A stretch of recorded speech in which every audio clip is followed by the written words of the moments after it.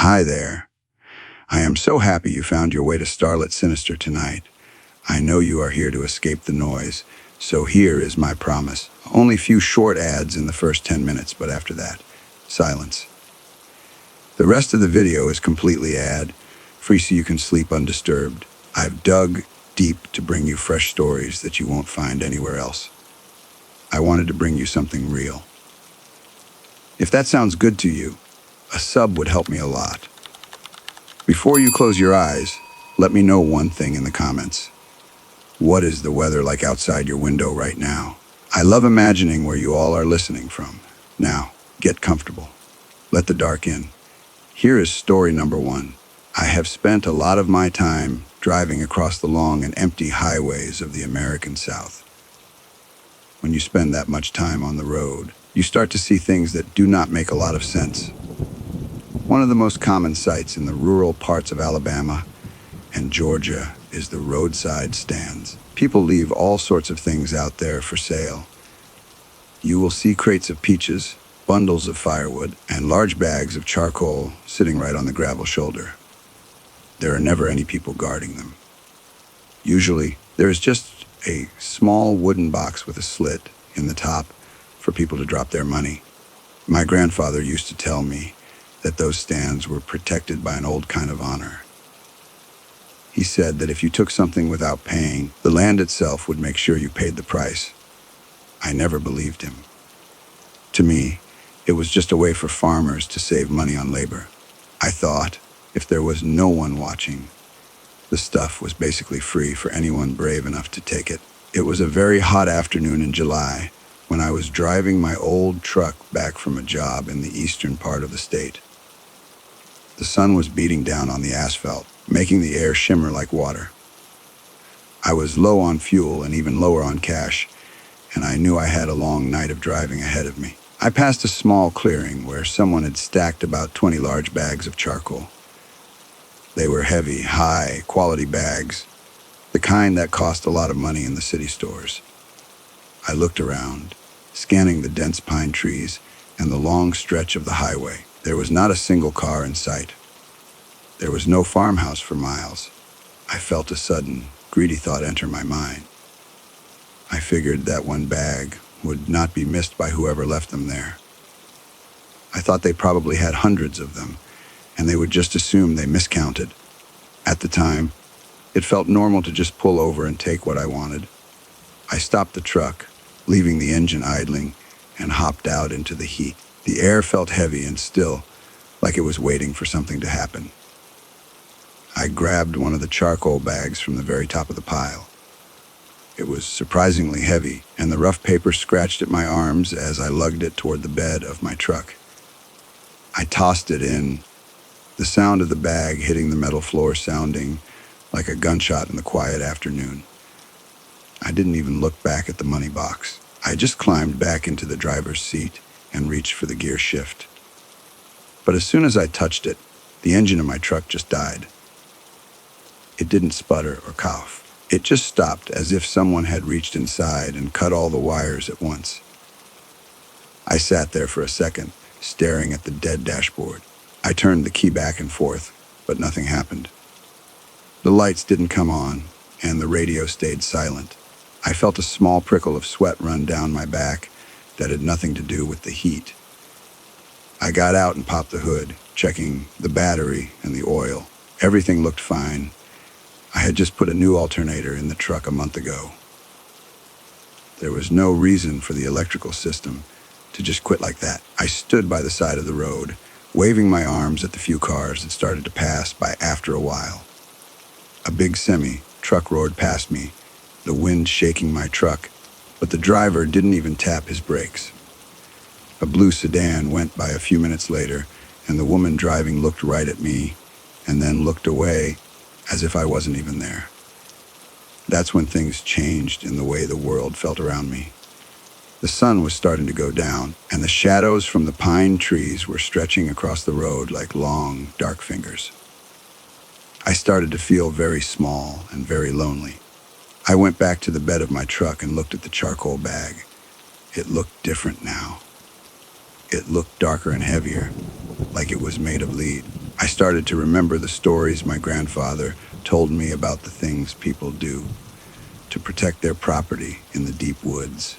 I had always laughed at the idea of spells or curses, but standing there in the middle of nowhere with a dead truck, I didn't feel like laughing anymore. I felt like the bag was a weight that was anchoring my truck to that specific spot on the highway. Eventually, an old, rusted-out Jeep pulled over behind me. A man with a very long white beard and a faded baseball cap stepped out. He didn't ask me what was wrong with the truck. He didn't even look under the hood. He just stood there with his hands in his pockets, looking at the pile of charcoal bags, and then looking at the one in the back of my truck. He asked me in a very low, gravelly voice if I had forgotten to put my money in the box. I felt a wave of heat hit my face that made my ears sting. I lied and told him that I had already paid, but that the box was jammed. He didn't say anything for a long time. He just stared at me with eyes that looked like they had seen everything there was to see in the world. He asked me again, "Are you sure you want to keep that lie in your heart?" I couldn't handle the way he was looking at me. I felt like he could see right through my skin to the greedy thought I had earlier. I looked down at my boots and admitted that I hadn't paid a cent. I told him I was broke, and I just thought it wouldn't matter. The man didn't get angry. He just sighed and told me that the charcoal traders in these parts don't like thieves. He said they put a bit of the old salt on their goods. He told me that as long as that bag was in my truck without being paid for, the truck was never going to move again. He said the bag belonged to the pile, and the pile didn't let go of its own. He told me the price was $20, and that I should go and put it in the box right now if I wanted to get home before dark. I reached into my pocket and pulled out my crumpled wallet. I only had a $50 bill. It was the last of my money, the money I needed for food and gas to get through the week. I told the man I didn't have a 20. He just pointed at the wooden box and told me that the price of a mistake is always higher than the price of the goods. He said I should put the 50 in and consider it a lesson learned. I didn't want to do it.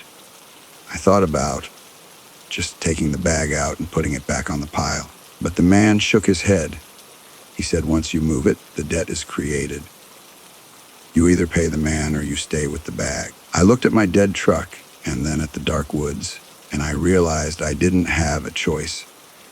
I walked over to the small wooden box. My hands were shaking as I folded the $50 bill and pushed it through the narrow slit. I felt a strange vibration in the ground under my feet, like a heavy machine was running deep underground. As soon as the bill disappeared into the box, the air around me seemed to clear up. The heavy, pressing feeling in my chest went away. I walked back to the truck and looked at the man in the Jeep. He just nodded once and climbed back into his seat. I got into my truck and reached for the key. I didn't even have to turn it all the way. The engine surged to life with a loud roar, sounding better than it had in years. I sat there gasping for air as the man in the Jeep drove away without saying another word. I didn't think much of the dashboard until I started to pull back onto the highway. I reached over to grab my sunglasses, and that's when I saw it. Sitting right on the empty plastic of the dash, right in front of the speedometer, were three $10 bills. They were crisp and clean, and they definitely had not been there when I got out of the truck. I pulled over again, my heart hammering in my ribs. I counted the money.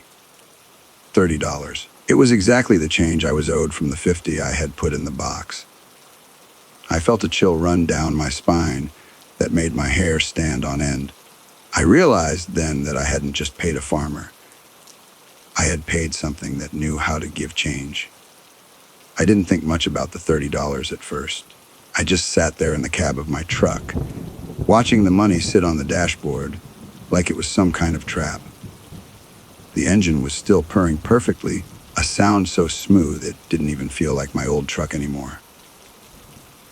I wanted to throw the money out the window, but I was terrified that if I did, the truck would die again, and this time, The man in the Jeep wouldn't come back to help me. I eventually reached out and touched one of the bills with the tip of my finger.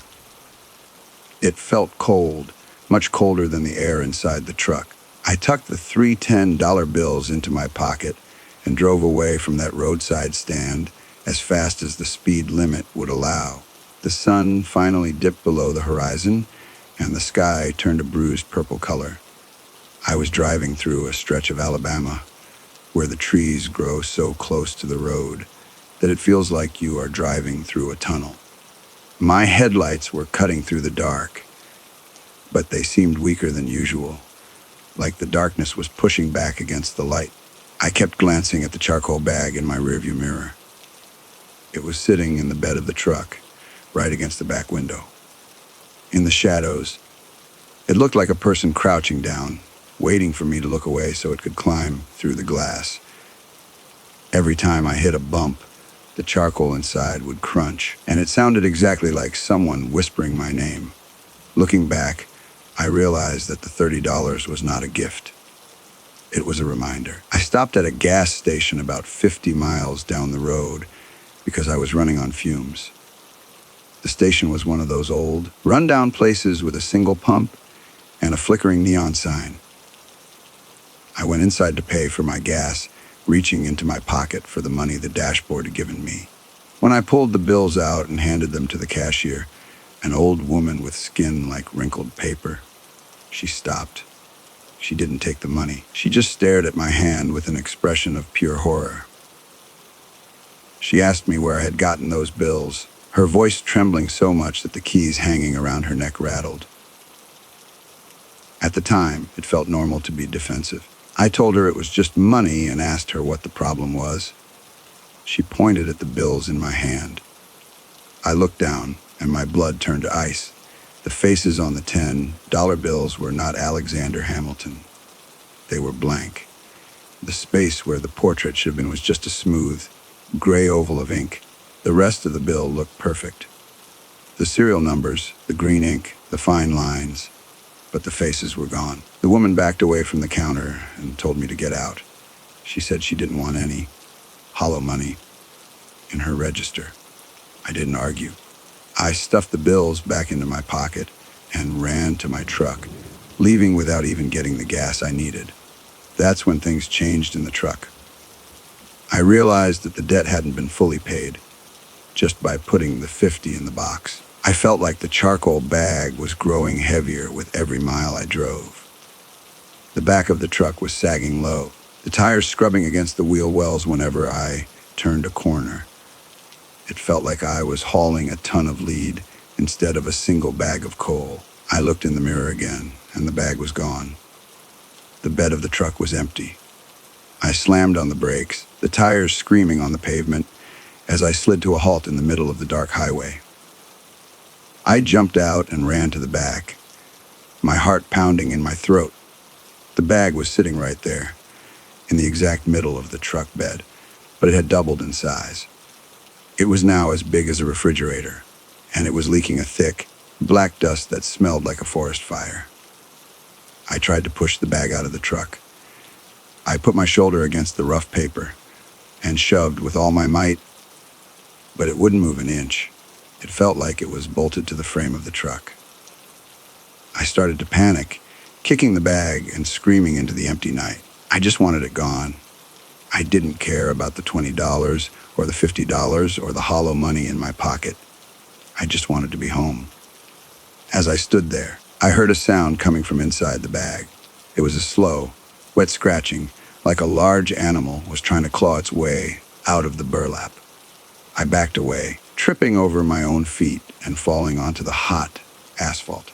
I fear the future because I know that some things in this world cannot be untaken. I crawled back into the cab and started the truck, my breath coming in short, jagged gasps. I decided that I wasn't going to stop until I reached my house. I didn't care if the truck ran out of gas or if the tires blew out, but the highway seemed to be stretching.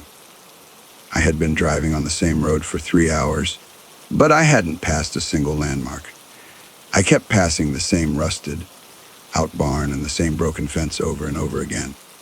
The odometer on my dash was spinning backward, the numbers clicking away like a countdown. I started to hear the scratching on the back window. I didn't have to turn around to know what it was. The bag was right up against the glass now.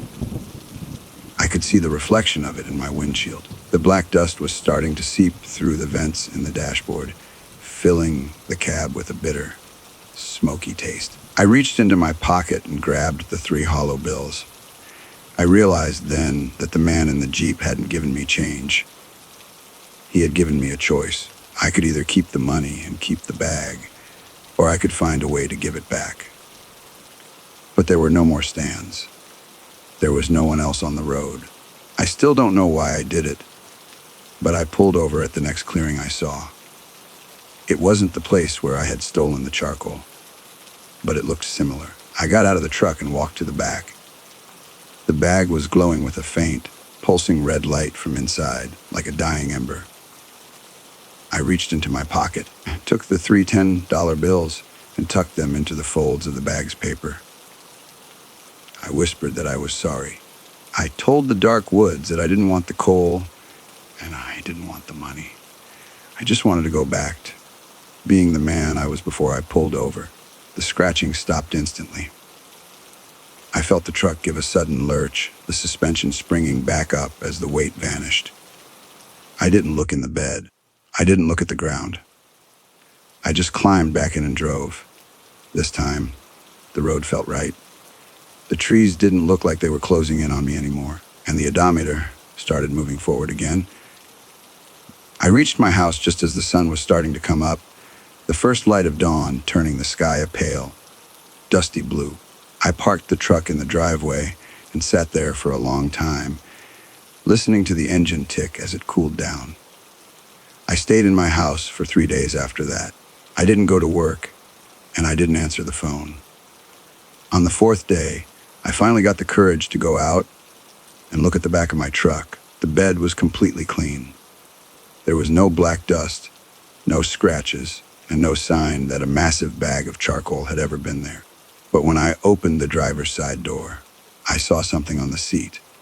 It was a single peach, perfectly ripe and smelling of summer. It was sitting right where I usually kept my wallet. I didn't eat it. I took it to the back of my property and buried it deep in the dirt. I don't think much of roadside stands anymore. Whenever I see a pile of firewood or a crate of fruit sitting by the highway, I don't even slow down. I keep my eyes on the road and my hands on the wheel. I've learned that the old honor my grandfather talked about is not a myth. It is a debt that the land collects in ways that don't involve banks or lawyers. I still have the $50 bill I tried to pay with, or at least I have a bill that looks like it. I keep it locked in a metal box under my bed. Sometimes, in the middle of the night, I can hear a soft crunching sound coming from inside the box, like something is slowly turning to ash. I wonder if the man in the Jeep is still out there, looking for people like me. I wonder if he ever finds anyone who doesn't learn their lesson in time. I think about the long, hollow faces on those bills, and I wonder whose faces they were supposed to be. Maybe they were the faces of the people who didn't pay the price. I try not to think about it too much. I just focus on my life and try to be a better man. But every time I smell wood smoke on the wind, my throat gets tight and my hands start to shake. The world is a very large place, and we only see the parts of it that want to be seen. The rest of it is waiting in the shadows by the highway, watching us pass by in our fast cars and our loud lives. It is patient, and it is very, very old. If you ever find yourself driving through the South and you see a pile of charcoal with no one around, do yourself a favor. Just keep driving, because some things are not for sale and some things are never truly free. I think I'll stay inside tonight. The moon is full, and the shadows in the yard look a bit too much like bags of coal. I'll just keep the lights on and wait for the sun to come back. It is the only thing that makes me feel like the world is normal again. Story number 2. I learned very early that houses notice things. Not in the way people do, not with eyes or thoughts, but in subtler ways. A house knows when something belongs somewhere, and when it doesn't, it remembers patterns. Footsteps, wait, silence. And when something disrupts those patterns, the house reacts, not loudly, not all at once, but slowly, patiently, as if correcting a mistake. Our house in the suburbs of Illinois was like that. Quiet, too quiet. My mom and I moved there after my dad left. It wasn't a dramatic separation, just a slow drifting apart that ended with boxes and paperwork and the sound of his car pulling away one morning. The house we moved into was smaller than the old one, cheaper and far from anyone we knew. White siding, narrow driveway. One of those neighborhoods where every lawn looks the same and nothing interesting ever seems to happen. It felt safe. At first. The stairs were right in the middle of the house, leading from the living room up to the second floor. Underneath them was a triangular space, low and dark, with a narrow opening just big enough to reach inside. The previous owners had stuffed it with old junk, paint cans, broken lamps, warped boards, but my mom hated clutter. Within the first week, she cleared most of it out. That was when Buster moved in. Buster was our cat.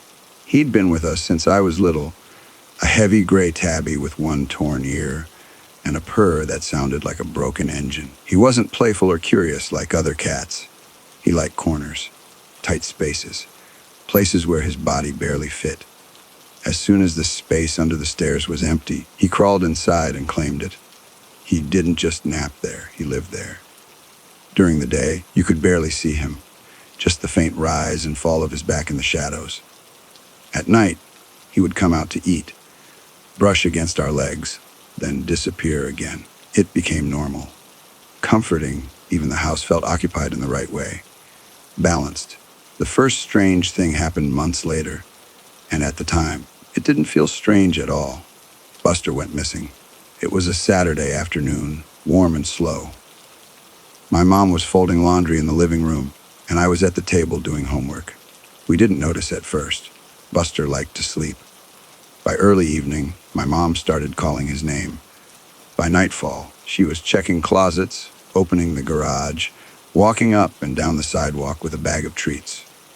She tried to stay calm, but I could hear the panic in her voice. We sat at the kitchen table, tired and worried, when the noise happened.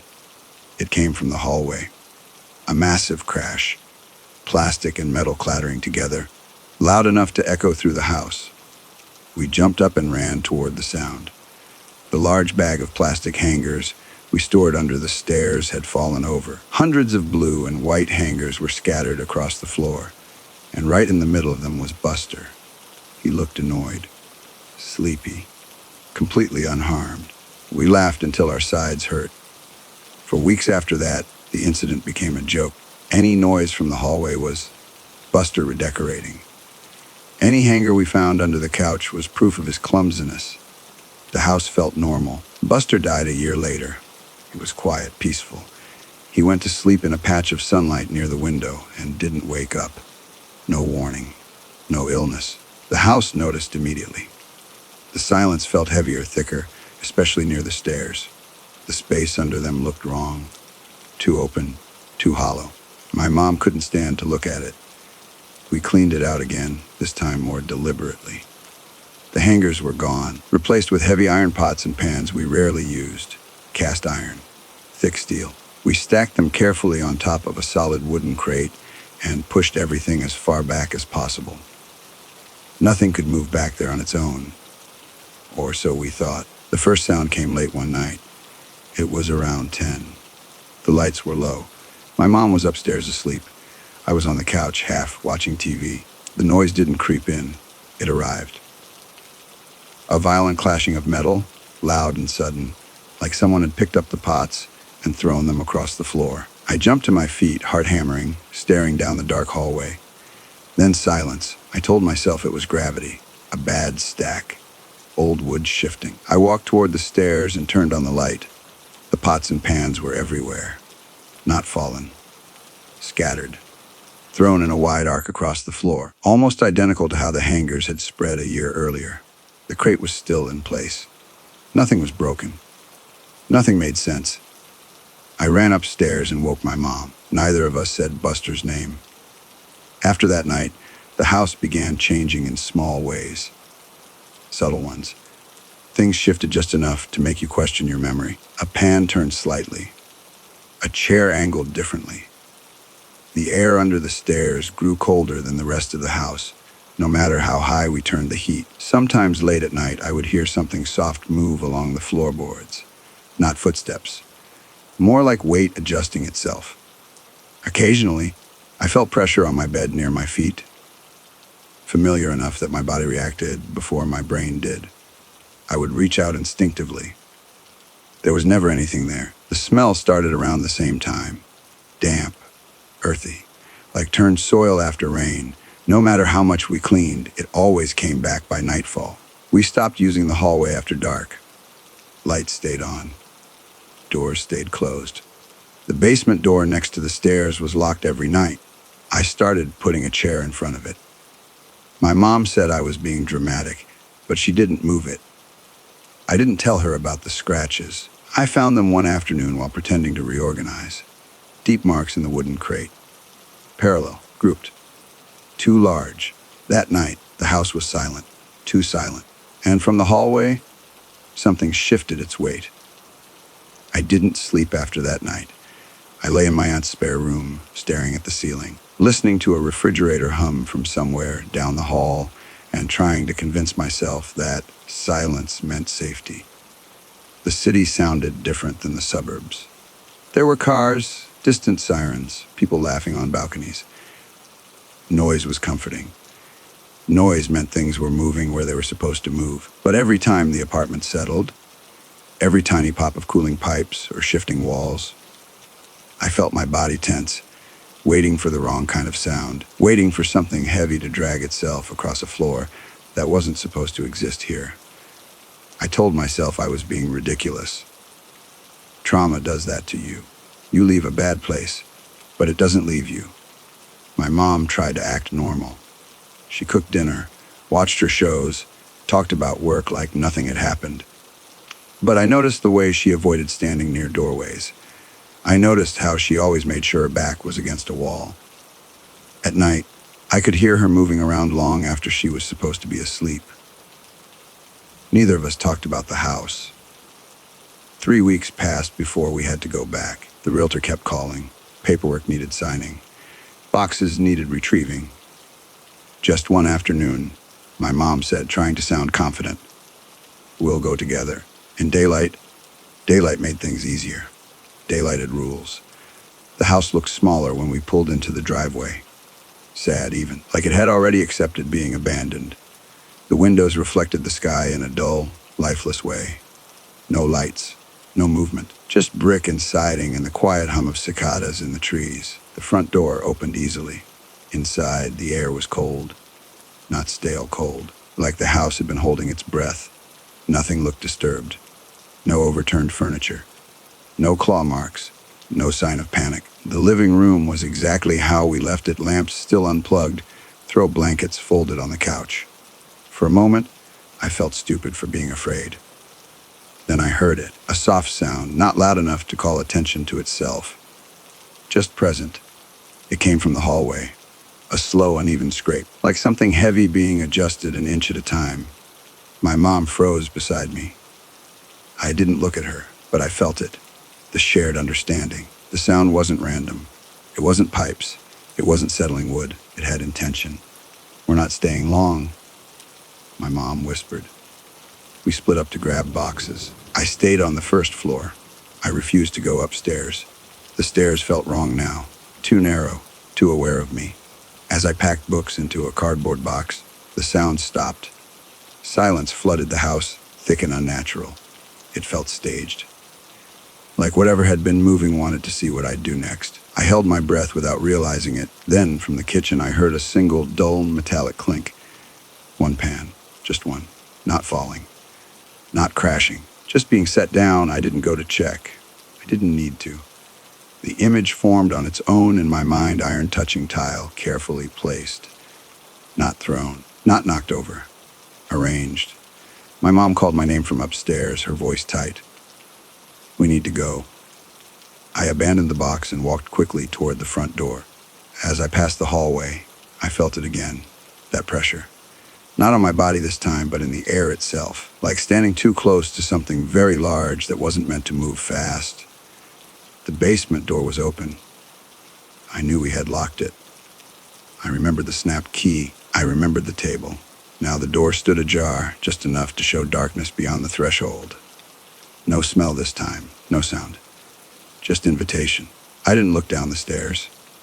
I didn't need to. I could feel the space under them again. Empty, waiting, too aware of being empty. We left without another word. That night, back at my aunt's apartment, I dreamed of Buster. He sat at the foot of my bed, solid and warm, his torn ear twitching like it always did. He didn't purr. He just looked at me, eyes reflecting light that didn't belong to the room. I reached out to touch him. Before my hand made contact, I woke up. My arm was numb, heavy, like it had been resting against something cold for too long. After that, small things started happening. A cabinet left open, a chair slightly out of place, a faint smell that didn't belong anywhere modern. Not strong enough to panic, just strong enough to notice. I stopped sleeping in the dark again. I stopped trusting corners. I started checking behind doors before closing them, making sure nothing was pressed too close on the other side. The realtor called a week later. The house had sold. A young couple, no kids. They loved the stairs, she said cheerfully. They said the space under them would be perfect for storage. I didn't correct her. I didn't tell her that some spaces aren't meant to be filled. A month passed. Then two. I started to believe it was over. Until one night, lying in bed, I heard it, not scratching, not scraping. A soft, familiar sound, a low, uneven purr. It came from beneath my bed. I didn't move. I didn't breathe. I stared at the ceiling and waited for it to stop. It didn't. It just stayed there, steady and patient, like it always had when Buster was alive. I don't have a cat anymore. I don't live in a house with stairs. And I never, ever look under my bed, because whatever learned how to wait under those stairs didn't stay behind. It learned how to follow. Story number 3. I have a memory from when I was about 5 years old that still makes my stomach turn. It was the spring of 1999, and my mother and I were staying with a family friend in a little house in Beloit, Wisconsin.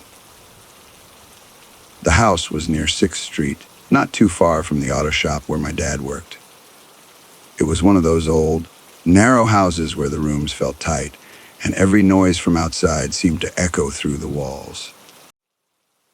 When the sun went down in that neighborhood, the shadows from the big oak trees would stretch across the yard like long, thin fingers reaching for the windows. One particular evening, the weather was terrible. A massive storm had rolled in, and the rain was coming down so hard it sounded like someone was throwing buckets of gravel against the roof. My cousin, Crystal, was watching me and a few other kids while the adults were out. We were all huddled together in the living room, which was messy with toy cars and coloring books. The only light in the room came from the television, which was glowing with the soft blue light of some cartoon. We were barely watching. Outside, it was that deep, heavy kind of dark that feels like a solid wall. There were no streetlights on that side of the house, so once you looked past the glass of the window, you could see absolutely nothing. At the time, it felt normal to just be bored and curious. I was sitting on the floor near the TV, and for some reason, I felt this sudden, strange pull to look out the window right next to the screen. It was like a little voice in my head was telling me that something was waiting for me out there. I crawled over to the glass and pressed my face against it, cupping my hands around my eyes to try and see through the rain. It was just blackness at first. But then, right in front of my face, a lighter flicked on. It was just for a split second, but in that total darkness, it looked as bright as a sun. A sharp, orange flame ignited just inches away from the glass. The weirdest part was that there was no hand holding the lighter. There was no face leaning into the glow. There was no body standing in the rain. It was just a small, steady flame floating in the air, exactly at my eye level. The light from the fire didn't reflect off a raincoat or a sleeve. It was just a tiny light in a world of black water. That's when things changed in my chest.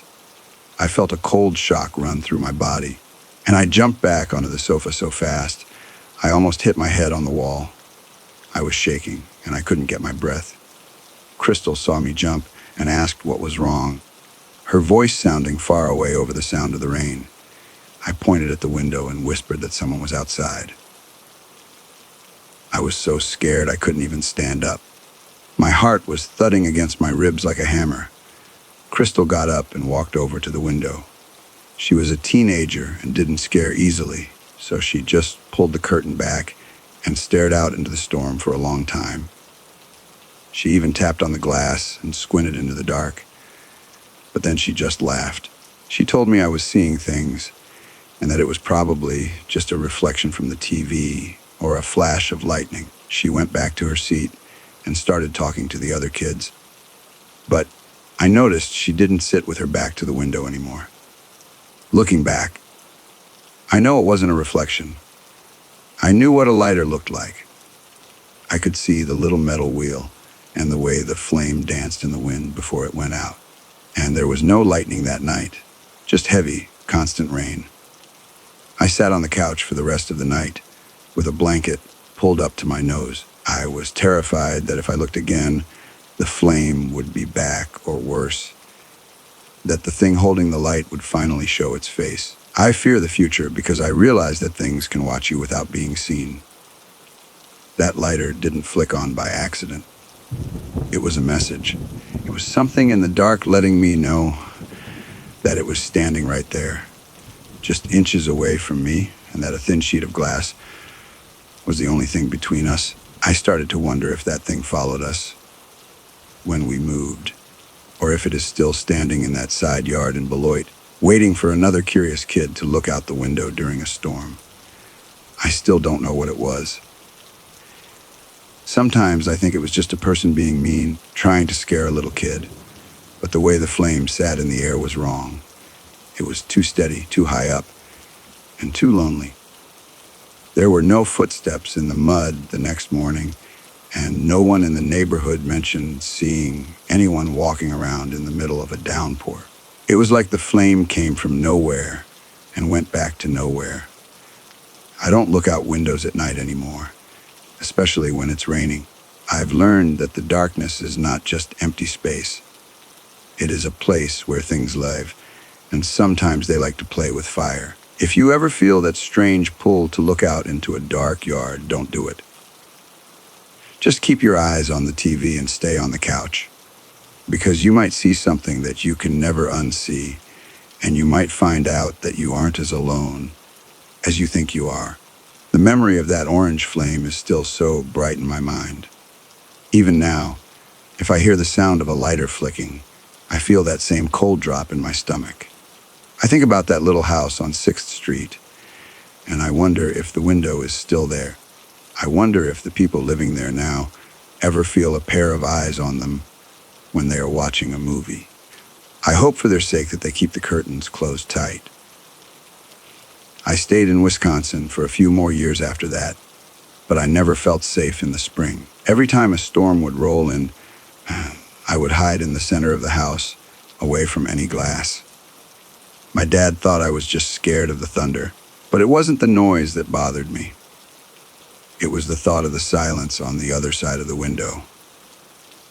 It was the thought of a tiny, floating fire waiting for me to notice it. I wonder what would have happened if I had stayed at the window for another second. Would the light have shown me a face, or would a hand have pressed against the glass?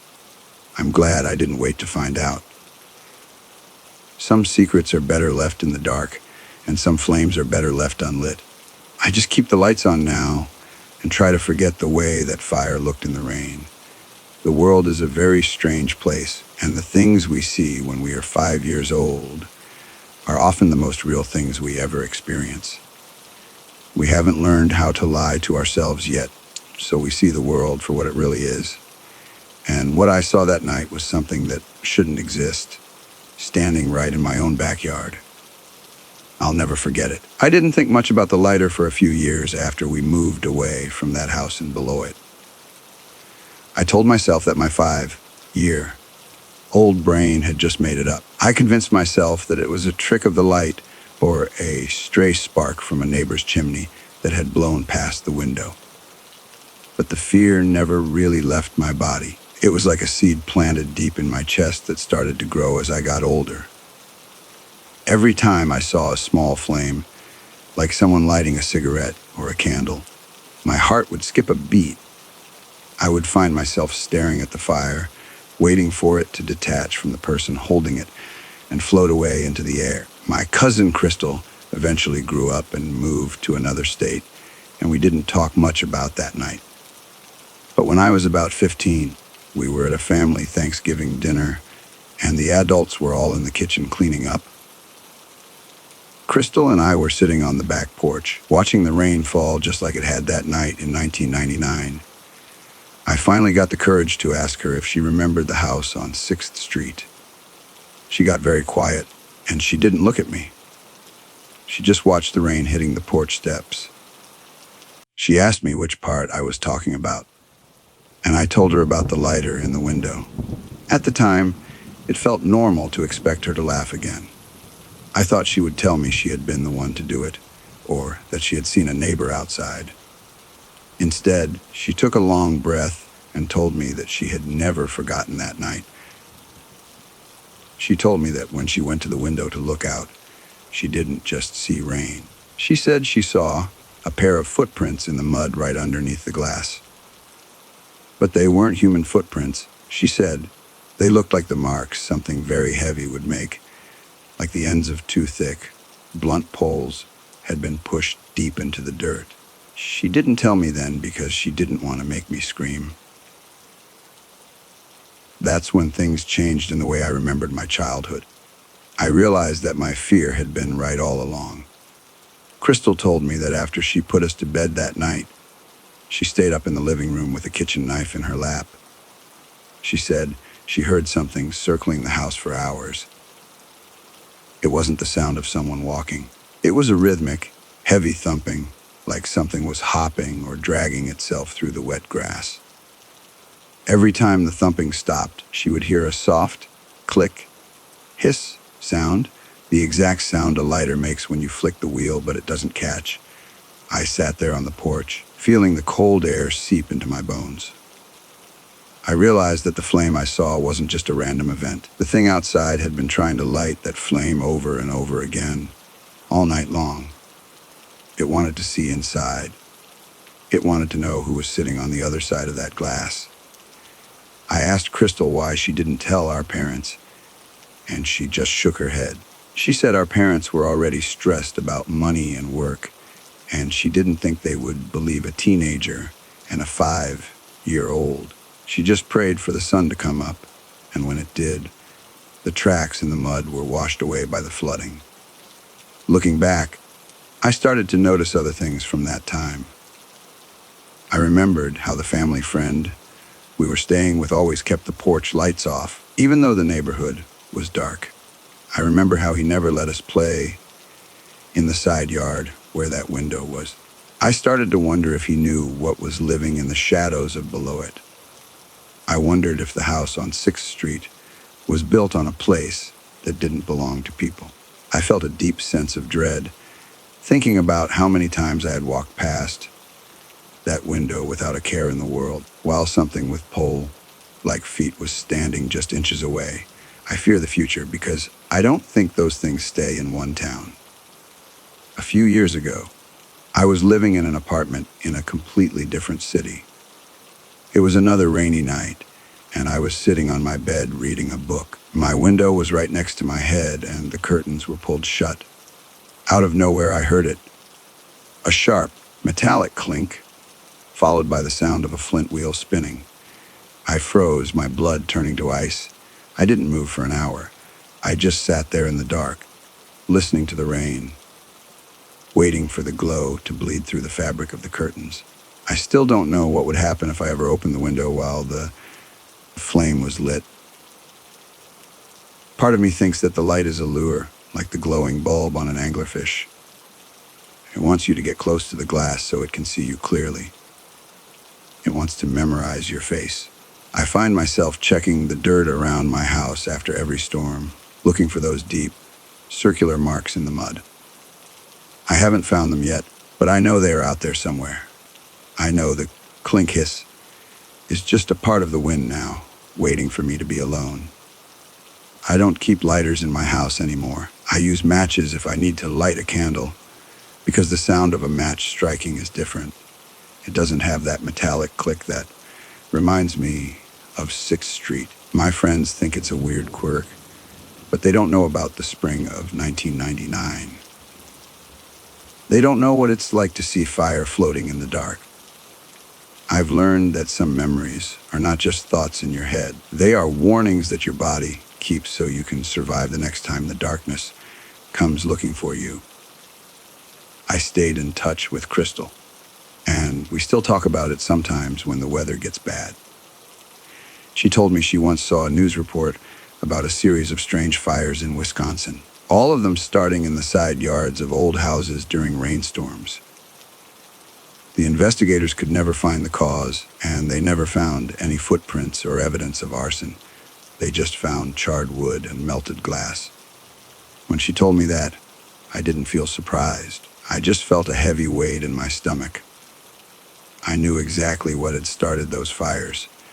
I don't think much of my bravery anymore. I used to think I was a tough person, but I know that one little flick of a lighter can turn me back into that terrified 5-year-old on the couch. I've accepted that I will always be looking over my shoulder when it rains. I will always be the person who closes the curtains before the sun goes down. It is a small price to pay to keep the floating flames on the other side of the glass. I just want to live a life where the only light I see comes from the lamps I turned on myself. The rain is starting to fall outside my window right now. I can hear it tapping against the glass, a steady and calm sound. But I'm not going to look.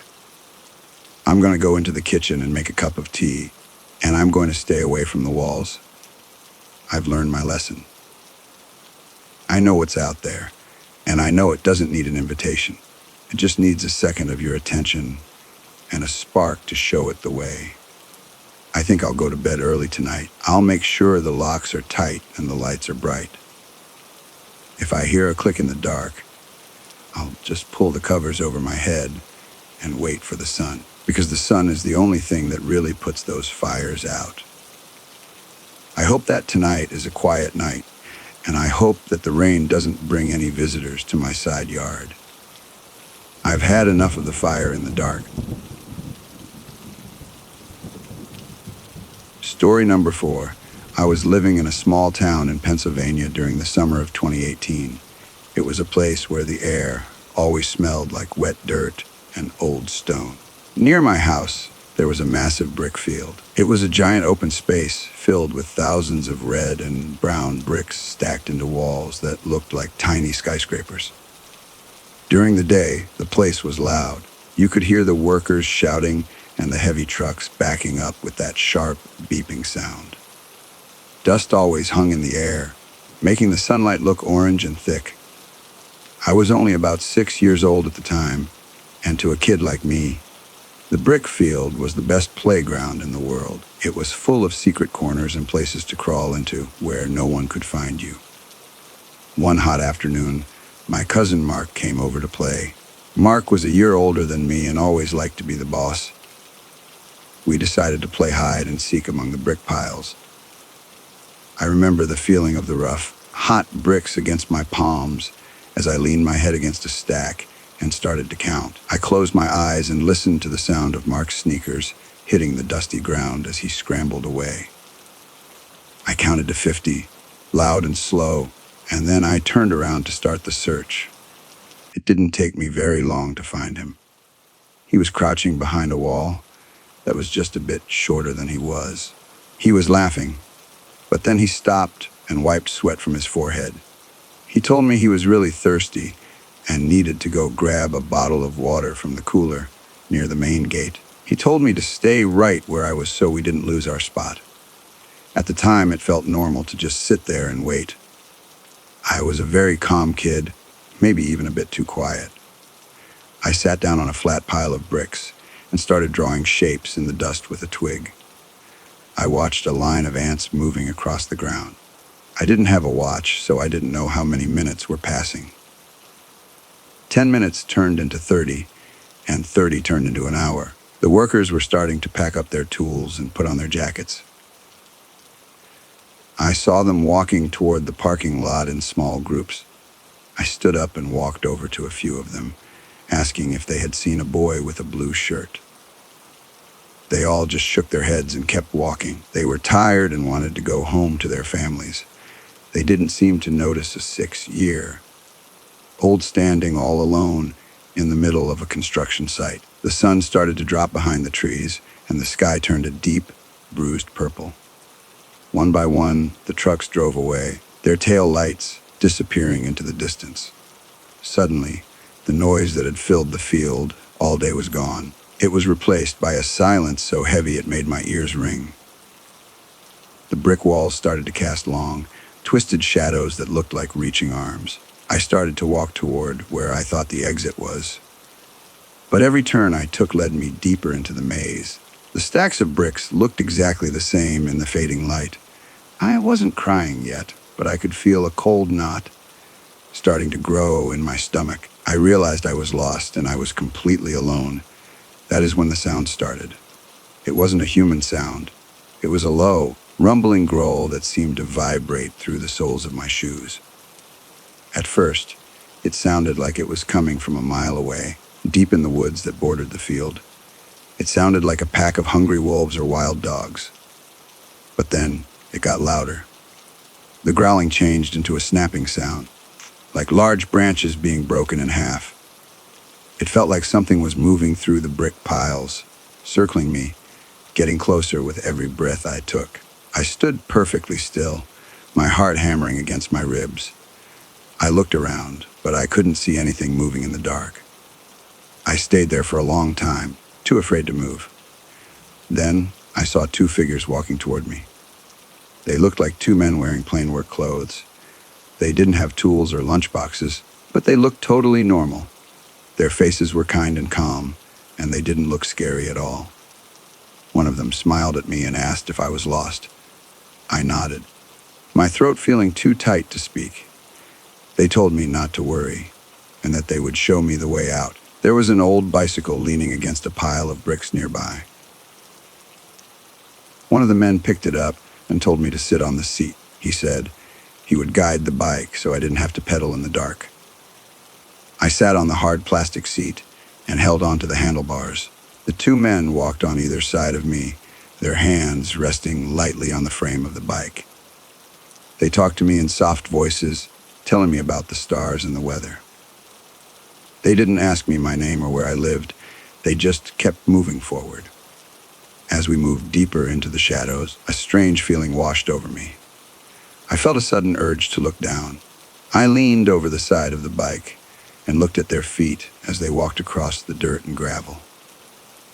My breath caught in my throat. The men's feet were not touching the ground.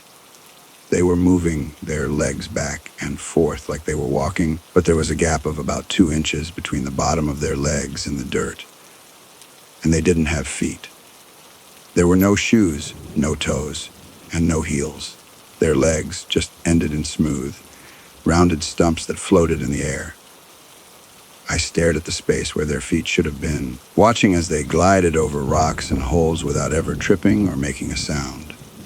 I felt a wave of pure terror hit me, but I didn't scream. I told myself I was just tired. I thought the darkness was playing tricks on my eyes. I forced myself to look back at the path ahead, praying that the exit was close. We kept moving for a few more minutes. The growling in the distance had stopped completely, replaced by an eerie quiet. I could feel the cold air coming off the 2 men. It wasn't the kind of cold you feel on a winter day. It was a deep, empty cold that felt like a basement. Finally, I saw the bright yellow lights of the main road. I could see the silhouette of my mother running toward the gate, her arms waving frantically. She was shouting my name, her voice sounding high and cracked with fear. I jumped off the bike and ran toward her as fast as my legs could carry me. I hit her legs and she scooped me up, hugging me so hard I could barely breathe. She was crying and asking me where I had been. She looked over my shoulder and asked who had helped me get out of the field. I turned around to point to the two men. I wanted to show her the bicycle and the two workers who had guided me through the maze. But the road behind me was empty. There was no bicycle. There were no men. There was nothing but the tall, silent stacks of bricks in the dark trees. They were just gone, as if they had never been there at all. Looking back, the weirdest part of the whole night happened when we got home. I expected to find Mark in trouble for leaving me behind, but it was the opposite. He had gone home hours ago and told everyone that the game ended early. My grandmother was sitting on the porch, kissing him on the forehead and giving him cookies. No one seemed to realize that I had been missing for hours. They didn't understand that I had been lost in the dark, with something growling at me. It was like those hours I spent in the brick field didn't exist for anyone else but me. I still don't know who those two men were. I find myself thinking about their floating legs every time I walk on a dirt path. They helped me leave that place, but they didn't feel like people. I wonder if they were there to protect me from whatever was growling in the shadows, or if they were something else entirely. I think about the way they didn't have feet and how they never made a single sound on the gravel. I realized that the brick field was not just a place for work. It was a place where the rules of the world were different. I stay away from construction sites now, and I never play hide and seek after the sun goes down. I've learned that sometimes the things that help you are just as strange as the things that want to hurt you. If you ever find yourself lost in a place that feels too quiet, don't look down at the feet of the people who offer to help. Just keep walking until you find the light, because some visitors don't belong to the earth, and they don't leave any tracks behind when they go. The brick field is gone now. They built a shopping center over it a few years ago. But whenever I drive past that area, I feel a chill. I think about the thousands of bricks buried under the parking lot and the shadows that used to live between them. I wonder if the two men are still there, floating over the concrete, waiting for another lost kid to find. I hope they are, but I also hope I never have to see them again. That night at the brick field changed something inside my head, but I was so young that I just pushed it away. For years, I lived my life like any other kid in Pennsylvania, going to school and playing in the parks. But every time I saw a man in work clothes or heard a bicycle chain rattle, I would feel a sharp pinch in my chest. I never told my friends about the two men. I never even told my mom. I knew that if I spoke the words out loud, people would think I was making up a tall tale to get attention. Maverick stayed quiet too, and we stopped playing together after that summer. It was like a silent wall had been built between us because of what happened in that dust. A lot of time passed, and the old brick field was eventually torn down. They brought in huge yellow machines that chewed up the stacks of bricks and leveled the ground. They poured thick layers of black asphalt over the dirt where those men had walked me out. Now, there is a big shopping center there with bright neon signs and a grocery store that stays open late. I moved away to a city a few hours away, but I had to come back last year to help my mom move some old furniture. Driving past that shopping center felt like driving past a graveyard that had been painted over with bright colors. I decided to pull over and walk around just to see if the air still felt the same. The parking lot was busy with cars and people rushing to get their shopping done. I walked over to the spot where I thought the old exit used to be. It was right near the pharmacy entrance now. As I stood there, I felt a familiar chill. It was a coldness that did not come from the wind. It felt like it was coming up from the ground, through the soles of my shoes. I started thinking about the bicycle and those floating legs. I wondered if those things were still down there, trapped under the heavy concrete and the rows of parked cars. I felt a sudden need to talk to someone who was there that day. I called Maverick on my way home. We had not talked in years, but he picked up on the third ring. His voice sounded older and tired. I didn't waste any time with small talk. I asked him if he ever thought about the brick field. There was a long silence on the other end of the phone, so long that I thought the call had dropped. Then he whispered that he thought about it every single night. He told me that he had been holding on to a secret since 2018. He said that when he ran away to get water, he didn't actually go to the cooler. He said he saw something crouched behind a pile of bricks near me, and it scared him so badly that his legs just started moving on their own. Maverick described a creature that looked like a man, but was built all wrong.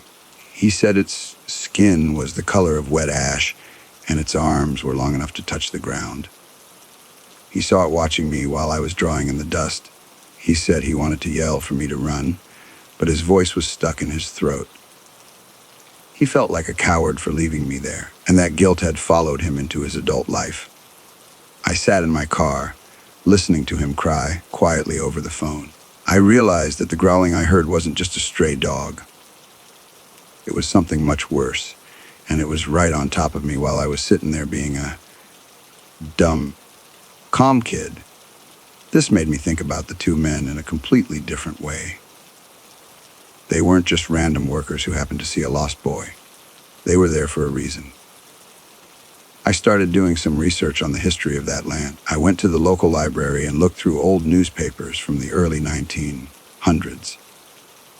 I found an article about two brothers, Silas and Thomas, who worked at the brick kilns back in the day. There was a terrible accident during a storm, and the kiln they were working on collapsed. The article said their bodies were never recovered from the ruins. They were just left there, buried under the bricks they had spent their lives making. I sat in the library, staring at the grainy black and white photos of the two brothers. They were wearing the same style of work shirts I remembered. One of them had the same calm, gentle smile that the man on the bicycle had given me. I felt a wave of gratitude that almost knocked me over. Those brothers had stayed on that land for over 100 years, and they had stepped out of the shadows to save a kid they didn't even know. They had stood between me and that ash-colored creature because they still felt like it was their job to protect their place of work. I went back to the shopping center that evening, just as the sun was starting to set. I walked to the very back of the parking lot, away from the crowds. I took a small bottle of water and poured it onto the asphalt, a little gift for the thirsty workers. I whispered a thank you into the wind. I don't know if they could hear me, but the air around me suddenly felt a little bit warmer. I didn't see any floating feet or bicycles this time, but I didn't need to. I knew they were there. I knew they were watching over the people buying their groceries, making sure the things from the woods stayed where they belonged. My mom still lives in that town, but she never talks about the day I went missing. To her, it was just a day where I got lost for a bit and then came home. She doesn't understand that the world is full of holes where the past leaks through. I try to explain it to her sometimes, but she just tells me I have an overactive brain. I've stopped trying to convince her. Some things are meant to be felt rather than talked about. I just make sure that when I visit her, I never leave her house after dark. I know that the concrete is strong, but I also know that the growling is still out there, waiting for the lights to go out. I don't play games like hide and seek anymore, even with my own children. We play in open fields where I can see for miles in every direction. I tell them stories about heroes who don't wear capes, heroes who wear dusty work shirts and walk on air. They think I'm just telling them fairy tales, but I want them to know that they are never truly alone. I want them to know that there are forces in this world that look out for the small and the lost. It's the only way I can sleep at night, knowing that my kids are living in a world that has watchers in the shadows. I still have a lot of questions that will never be answered. I wonder what happened to the gray creature, and if it's still hungry. I wonder if the two brothers ever get tired of standing in the dark. But mostly, I wonder why they chose to help me. I wasn't anyone special. I was just a kid who didn't know enough to be afraid. Maybe that's why they liked me. Maybe they saw a bit of themselves in a kid who just wanted to play in the dirt. Whatever the reason, I am here today because of them. The shopping center is going to be there for a long time, I think. People will come and go, buying their bread and their milk, never knowing that they are walking over the bones of two brothers who never left their post. I hope the people of that town are kind to each other. I hope they realize that the ground they stand on has a history that goes deeper than the pavement. As for me, I'll keep driving my car and living my life, but I'll always keep one eye on the rearview mirror. I'll always be looking for a flicker of a bicycle wheel in the rain. I'm glad I talked to Maverick. It felt like we both finally got to put down a heavy bag we had been carrying for years. He told me he's going to move away soon, somewhere far from the brick fields and the woods. I told him that was a good idea. Some places are just too full of memories to ever feel like home again. I think I'm done with that town, too. I've said my thank yous, and I've seen the faces in the old newspapers. There is nothing left for me there but the dust. I'll stay in the city where the lights are bright and the buildings are new. It feels safer here, even if it's just a lie I tell myself.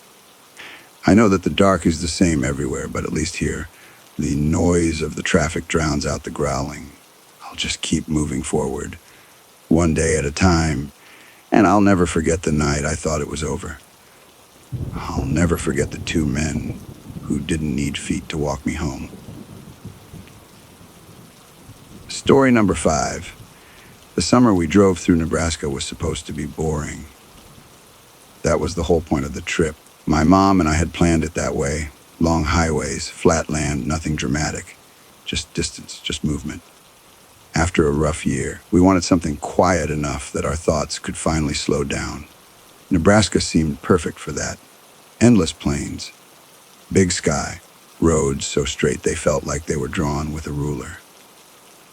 You could drive for miles without seeing another building, another person, or even a curve sharp enough to demand attention.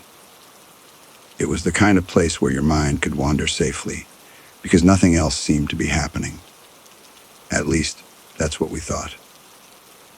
It was late afternoon when we left the main highway, not because we were lost, because the GPS suggested a faster route. A thin blue line appeared on the screen, cutting through private land and back roads like a shortcut meant only for people who trusted maps more than instincts. The road narrowed almost immediately. Tall grass stretched on either side, bending lazily in the heat. The land rolled gently, not enough to be hills, just enough to block your view of what was coming next. Every so often, a large house appeared far back from the road, sitting alone behind iron gates and long gravel driveways, the kind of houses that looked expensive and empty at the same time. My mom leaned back in her seat, sunglasses pushed up into her hair. "This is nice," she said. "Quiet." I nodded, one hand resting on the steering wheel, the other tapping lightly against my thigh. The air conditioner hummed steadily. The windows were up, sealed tight against the heat, and the car felt like a small, controlled bubble moving through an endless, open world. A podcast played softly through the speakers. Nothing intense, just background noise to fill the space between thoughts. For a while, everything felt normal. Too normal. The first curve came slowly, a long bend to the right that guided the road between two wide fields. As I eased into it, I noticed how still everything was. No wind strong enough to move the grass, no birds lifting off. Even the distant hum of other cars seemed muted. That's when I heard it. At first, I thought it was part of the podcast. A sustained note, high and smooth, almost musical, but not mechanical. not digital. It rose gently, like the beginning of a song meant for a large room. I glanced at the dashboard, checking the screen. The podcast was still playing, but whatever I was hearing didn't match the voices coming from the speakers. The sound lingered, hovering just beneath awareness. Then it happened again. Clearer this time. It sounded like singing, not loud, not sudden, just present. I turned my head slightly toward my mom. She was already looking at me, her eyebrows drawn together in confusion. "Did you hear that?" she asked. I nodded slowly and reached forward, lowering the volume on the stereo. The voices from the podcast faded out completely. The singing didn't. It wasn't coming from the speakers. It wasn't coming from outside either. Not in a way that made sense. With the windows rolled up and the car moving at speed, outside sounds were usually muffled, distorted by wind and glass. This sound was too clean, too close. It filled the cabin gently, like it belonged there. The voice or voices, it was hard to tell, carried a long, mournful quality. Not frightening, not aggressive, just heavy, like grief stretched into sound. We sat in silence, listening. My mom shifted in her seat. "Is that music?" "I don't know," I said. I reached for my phone, unplugging it from the car just in case something had glitched. The screen went dark. The singing continued. I rolled my window down halfway. Wind rushed in, loud and chaotic, immediately overpowering everything else. Grass blurred past. The road hummed beneath the tires. I rolled the window back up. The singing returned instantly, unchanged. That was the first moment something felt wrong. Not panic, just a subtle tightening in my chest. The kind of feeling you get when a room suddenly feels smaller, even though nothing has moved. The sound didn't have words. At least, not any I could recognize. It flowed like an area, rising and falling with careful control. There was emotion in it, unmistakably human in tone, but detached from anything familiar. It felt like listening to someone cry in another room behind a closed door. Maybe it's the road. My mom suggested. Some highways make noise when you drive over them. I shook my head. That's usually more mechanical. This sounds like... I stopped myself. Like what? Like someone singing just out of sight. The road curved again, and the sound shifted slightly, not in pitch, but in presence. It felt closer on one side of the car, then the other, as if responding to our movement. My mom glanced into the back seat. I followed her gaze. Suitcases. Cooler. Nothing else. No one. The singing continued for what felt like a long time, though later we realized it couldn't have been more than a few minutes. Time had started behaving strangely, not slowing exactly, but stretching thin. I checked the mirrors, scanning the road behind us.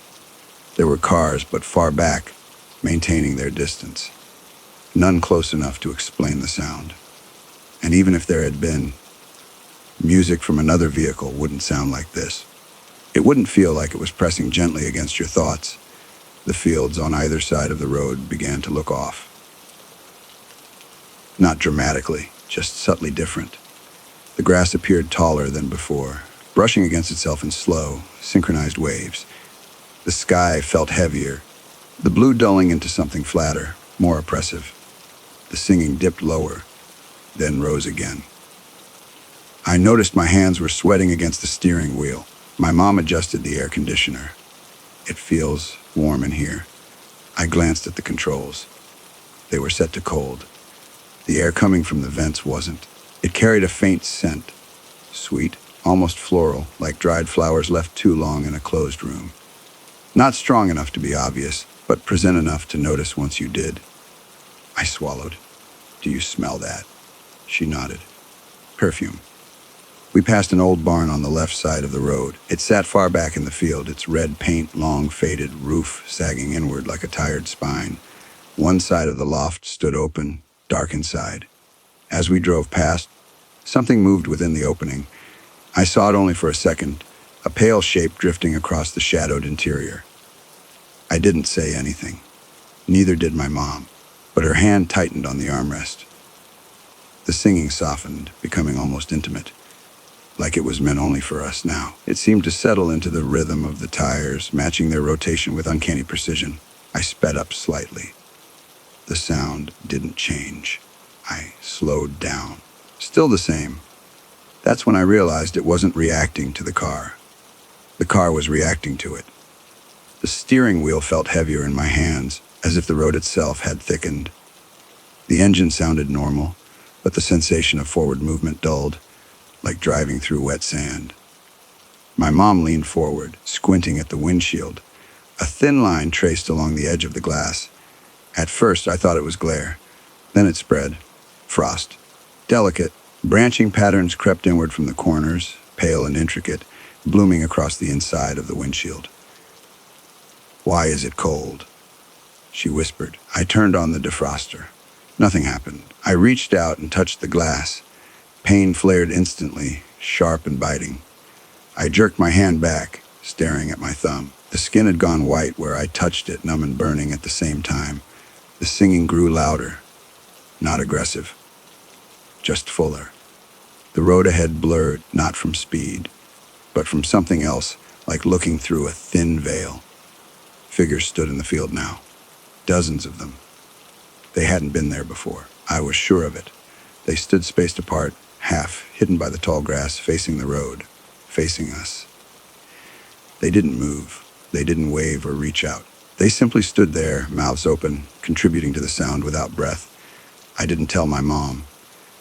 She didn't tell me, but we both knew. The car slowed further, the speedometer needle dropping despite my foot, pressing harder on the gas. The engine roared uselessly. The singing pressed in, vibrating through the floorboards, up my legs into my chest. It felt like pressure more than sound now. My mom's breathing changed. She began to hum, softly at first. I turned toward her. "Mom." She didn't answer. Her eyes were unfocused, fixed on the patterns forming in the ice. Her hum grew steadier, aligning perfectly with the singing outside. "No," I said louder now. I reached for her shoulder.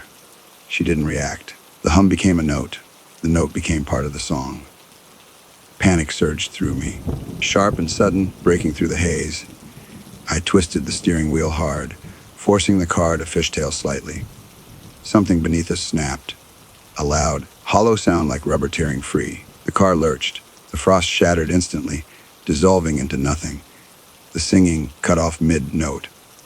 Silence crashed down, heavy and absolute. The engine surged forward, the tires gripping the road with renewed force. The fields blurred past again, ordinary and empty. I didn't slow down, not until I saw the lights. A truck stop, glowing like a small city against the darkening horizon. Fluorescent lights, neon signs, movement. Reality. I pulled in beneath the brightest light I could find and put the car in park. My hands were shaking. So badly I had to grip the steering wheel, just to stay upright. My mom blinked. "Why are we stopped?" she asked, her voice groggy. "Did we need gas?" I stared at her. "You don't remember?" I asked. She frowned. "Remember what?" I didn't answer. Because some things, once spoken, don't stay contained. I thought that leaving Nebraska behind would be the end of it. That once the planes disappeared in the rearview mirror and the skyline of another city replaced that endless horizon, the sound would finally let go of us. For a while it almost worked. Days passed, then weeks. My mom went back to her routines, talking about work and groceries and television shows like nothing strange had ever happened. I tried to do the same. I told myself the memory would fade if I didn't feed it.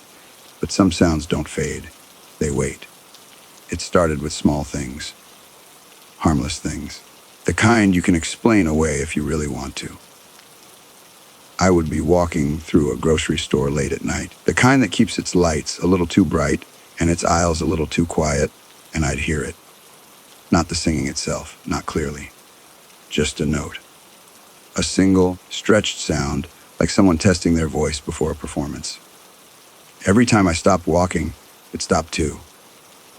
I blamed the refrigeration units, the way cold air hums through metal. That explanation worked until it didn't. At home, I began leaving the television on at night. Not to watch it, just to break the silence, Silence had started to feel dangerous, like an open invitation. My apartment was small and ordinary. Thin walls, beige carpet, the kind of place you forget about the moment you step outside. There was nothing special about it, and that's why I chose it. Ordinary felt safe. One night, around 2 in the morning, I woke up because the TV had gone quiet. Not turned off, just muted. The screen was still glowing, flashing through scenes of a late night infomercial. But there was no sound coming from it at all. I reached for the remote on the coffee table and pressed the volume button. The numbers on the screen went up, but the room stayed silent. Then I heard it, not from the TV, not from outside. It came from somewhere behind the walls, like the sound was moving through the structure of the building itself. A low, distant harmony, layered and slow, like a choir warming up far underground. It wasn't loud enough to panic me. That was the worst part. It was quiet enough to make me listen. I sat up on the couch, holding my breath without realizing it. The sound drifted, shifted, then settled into something almost familiar. Not a melody I could hum, not a tune I could recognize, but something that felt structured, intentional. I waited for it to grow louder. It didn't. It stayed exactly where it was, hovering at the edge of perception, like it knew I was awake now. The next morning, I called my mom. She answered on the third ring, cheerful and a little distracted. I asked her how she had been sleeping. There was a pause, just long enough to notice. "Fine," she said. "Why?" I almost told her, almost asked if she'd heard anything strange lately. But I didn't. I was afraid that if I gave the sound a second witness again, it would grow stronger, the way it had in the car. So instead, I asked about the weather and let the conversation drift into normal, harmless things. After I hung up, I noticed something odd on my phone. The podcast app I always used, one I hadn't opened since that road trip, was sitting open in the background. Not playing, just open, as if it had been waiting. The episode list had changed. At the top was an episode I didn't recognize. No title, no description, just a blank line and a runtime. 3 hours and 42 minutes. I closed the app and deleted it entirely. For a few days after that, things were quiet again. Too quiet. The kind of quiet that makes you tense because you know it won't last. I went back to work, took longer routes home so I wouldn't have to pass the open highway entrances. I avoided music altogether. Silence felt risky, but music felt worse. Then, one evening, my mom came to visit. She brought leftovers, joked about how thin I was getting, acted like a woman who had never sat in a freezing car listening to the earth sing. We ate dinner at my small kitchen table, the city glowing softly through the window. Everything felt almost normal. Almost. Halfway through the meal, she stopped chewing. "Do you hear that?" she asked. I felt my stomach drop. "Hear what?" I said, even though my pulse was already speeding up. She tilted her head slightly, listening. "It sounds like someone singing, far away." I didn't answer. I didn't move. I watched her face carefully, searching for confusion, fear, recognition, anything that would tell me how far this had gone. After a moment, she shook her head and laughed. "Never mind, must be someone's TV." She went back to eating, but I noticed her shoulders were tense. She finished her food quickly after that and left earlier than she'd planned. At the door, she hesitated, then leaned in and hugged me a little too tightly. "Drive safe," she said, even though I wasn't going anywhere. That night, I dreamed of the planes again. But this time, I wasn't in the car. I was standing in the grass, the sky stretched wide and empty above me. The sound was everywhere, no longer distant. It rolled across the land like a tide, and I understood, without anyone telling me, that it wasn't meant to be heard from the outside. It was meant to be joined. I woke up with my throat sore, like I'd been using my voice. That was when I noticed the pattern. The sound never followed me into crowded places. It avoided traffic, avoided noise, avoided witnesses. It preferred open spaces, empty rooms, moments where attention drifted and defenses dropped. It wasn't hunting. It was waiting. I started keeping notes, writing down when I heard it and where.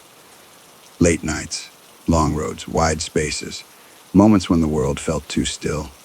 And always the same sensation afterward, the feeling that something had tried and failed to pull me somewhere else. Weeks later, I had to drive again. There was no way around it. A family obligation, a route that couldn't be replaced with buses or trains. I prepared carefully.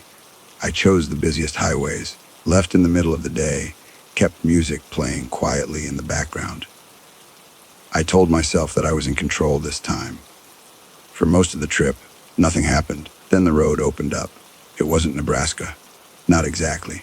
But the land flattened out, the sky widened, and the buildings fell away until there was nothing but asphalt and distance. I felt it before I heard it. A pressure change like the moment before a storm. The music didn't start right away. First came the silence. The radio cut out. Not static, just gone. The engine hum softened, like it was being swallowed by the road itself. I gripped the steering wheel and focused on the lines ahead of me.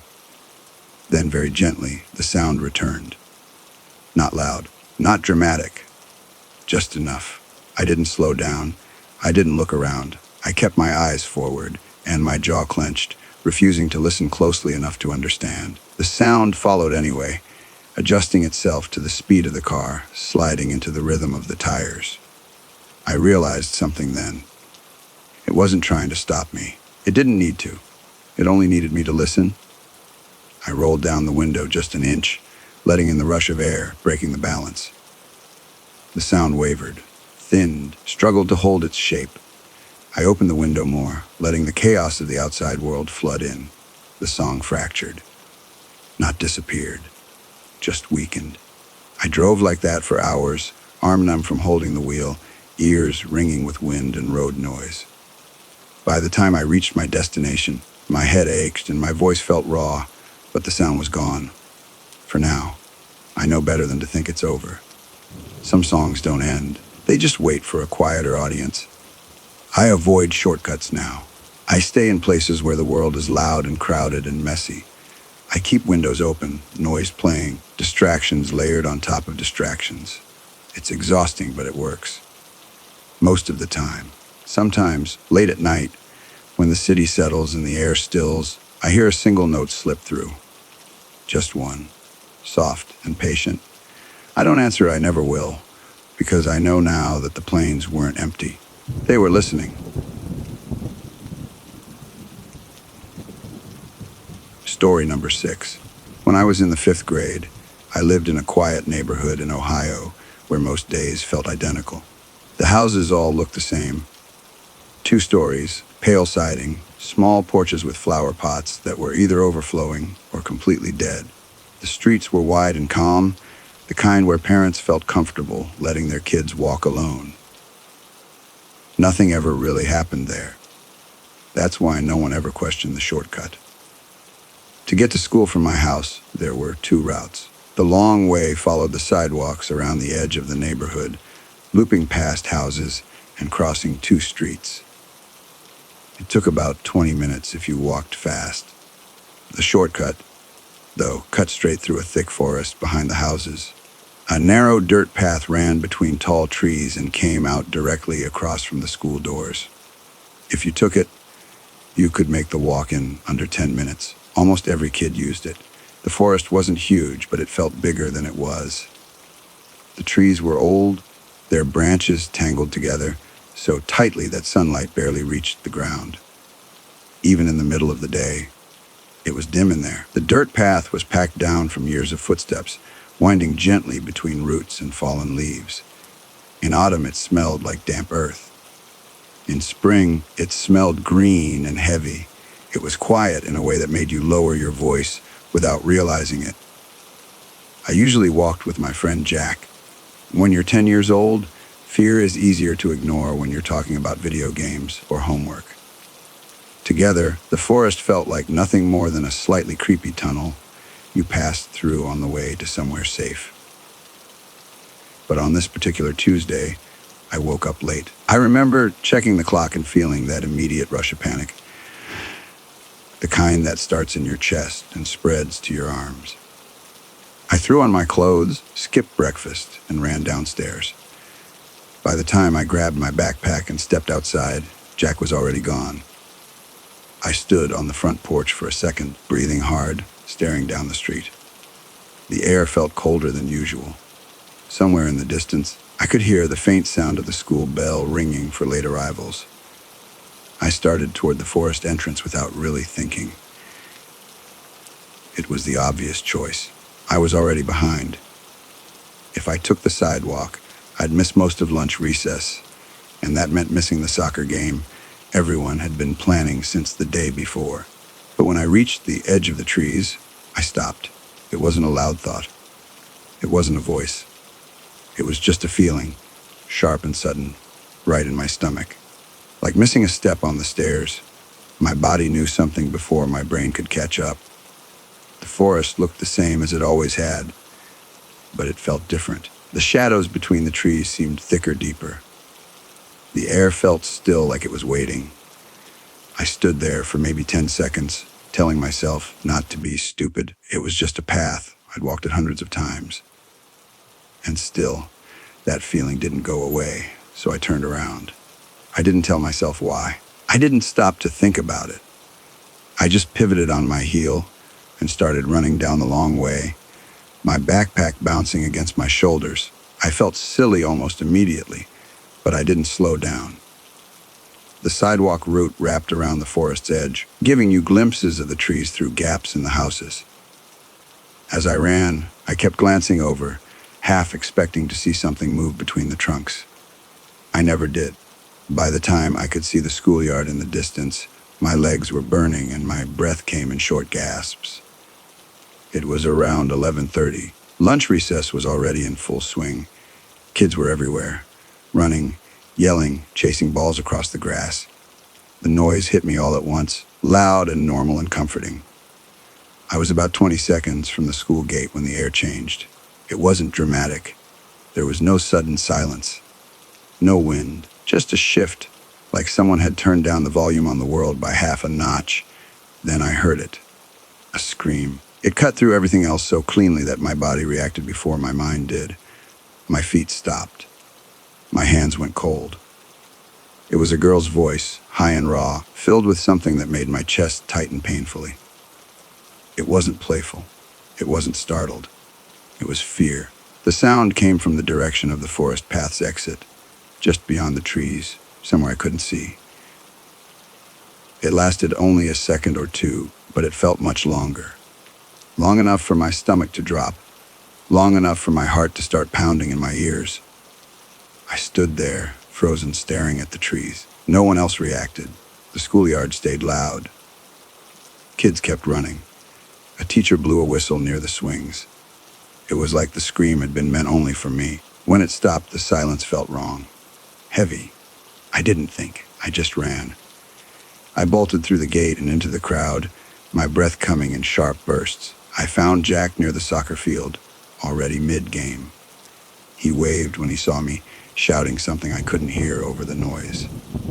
I tried to listen as he talked, but my thoughts were still stuck on that scream. I kept glancing toward the forest exit, expecting to see someone burst out of the trees. No one did.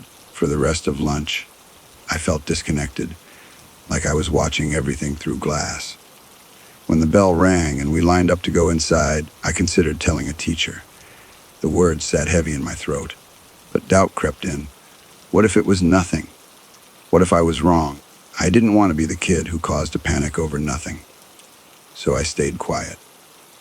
Back in the classroom, our teacher started afternoon attendance. She read names in the same calm voice she always used. When she reached Mabel, there was no response. Mabel sat 2 rows ahead of me. She was quiet, neat, always on time. She walked home for lunch every day and came back exactly when she was supposed to. The teacher paused, frowned slightly, and moved on. I felt my stomach twist. The rest of the day felt slow and unreal. When the final bell rang, I walked home with Jack, but we didn't talk much. My mind kept replaying the scream over and over, trying to convince myself it hadn't been what it sounded like. The next morning, police cars were parked outside the school. Red and blue lights reflected off the windows, flashing silently. The usual morning chatter was gone. Parents stood in small groups, speaking in hushed voices. During announcements, the principal's voice shook.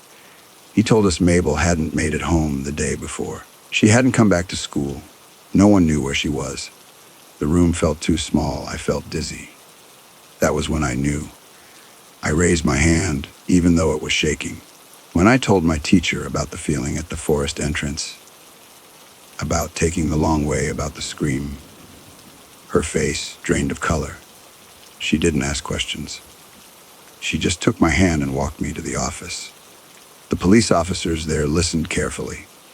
They didn't interrupt. They didn't reassure me. They wrote things down and thanked me for telling them. The school went quiet after that. We were kept inside. Curtains were drawn. Helicopter sounds drifted in from somewhere beyond the trees. Every creak of the building made people jump. I sat on the floor with my back against the wall, thinking about how close I had come to entering the forest that morning, thinking about how easily routines can change. I didn't sleep much that night. I thought that once Mabel was found and the man was arrested, the feeling would fade. I thought fear worked like a switch, on during danger, off once it passed. I was wrong. Fear doesn't leave all at once. It settles. It learns the layout of your life and waits for quiet moments to remind you it's still there. For the rest of that school year, the forest felt closer, even though no one went near it anymore. The chain link fence went up fast, tall and silver, cutting the trees off from the playground like a scar. Teachers told us it was for our safety, but none of us needed the explanation. We all knew. Every time the wind blew through the leaves beyond the fence, kids would glance over their shoulders, just in case. I stopped walking anywhere alone after that. My mom noticed right away. I'd wait at the front door until she walked me halfway down the block, even though I was too old for that. She never argued. She just held my hand tighter than she used to. Mabel stayed in the hospital for a long time. Weeks turned into months. Her name stopped coming up in class, like the teachers had all silently agreed to let it fade. But kids don't forget like adults do. Her empty desk stayed empty until summer. No one sat there. Not because it was assigned that way, but because no one wanted to. Sometimes, when the classroom was quiet, I'd catch myself staring at that desk, imagining her backpack hanging from the chair again. Bright yellow, easy to spot, easy to follow. The police came to our school twice more that year. Not for us, just routine talks. Stranger danger, they called it. But none of them ever mentioned the woods. None of them ever said the word scream. They talked about locks and phones and staying in groups. Useful things. Safe things. But they never talked about listening to your body when it tells you something is wrong. I did. The feeling changed after that day. Before, it was just a vague discomfort. After it became sharper, more specific, like a finger pressing into my stomach, pointing. That summer, the town tried to move on. The empty house where they found Mabel was finished and sold quickly. New siding, fresh paint. A porch light that stayed on all night. People said that meant things were better. Safer. But sometimes, late at night, I'd wake up sweating, convinced I could hear footsteps outside my window, not running, waiting. I didn't tell anyone about the dreams, not even Jack. Jack handled it differently. He got louder, braver. He started daring kids to walk near the fence. He joked about it like it was all exaggerated, like it had happened to someone else. Once, I asked him if he ever thought about that scream. He shrugged and said, "Yeah, but they caught the guy. It's over." I nodded, but my chest tightened, because the scream didn't feel like it belonged only to that man. It felt like it belonged to the place. Middle school came, and with it, longer walks and more independence. The forest shortcuts stayed closed, swallowed by vines and rust, but there were other shortcuts, alleyways, empty lots, places adults didn't pay attention to. I avoided them all. One afternoon in 7th grade, I was walking home later than usual. The sun was low, and the shadows stretched long across the pavement. As I passed a small cluster of trees near the old railroad tracks, that feeling came back, stronger than ever. I stopped walking. Nothing happened. No sound, no movement. But the feeling didn't fade. It grew heavier, like something leaning in closer, waiting for me to ignore it. So I turned around and walked the long way home, even though it added almost 30 minutes. I didn't run. I didn't look back. When I got home, my mom asked why I was late. I took the safe way. I said. She didn't question it. Years passed. High school, college, different cities, different routines. But the rules stayed the same, no shortcuts, ever. I became known for it. Friends teased me, called me paranoid. I laughed with them because explaining the truth always made the room uncomfortable. How do you explain that some places remember things? That some paths hold echoes? That danger doesn't always announce itself with footsteps? I learned to read environments the way other people read faces. The way a streetlight flickers. The way a doorframe feels too narrow. The way silence can be heavy instead of empty. It saved me more than once. Once, in college, a group of friends wanted to cut through parking structure late at night to get back to our dorm faster. I stood at the entrance and felt that same tightening in my chest.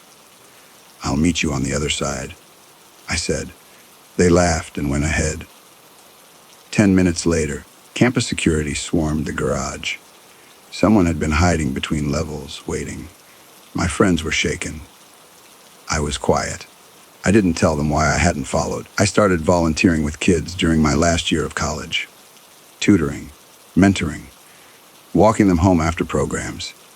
I noticed something right away. Kids feel it too. That pause before a wrong decision. That hesitation adults teach them to ignore.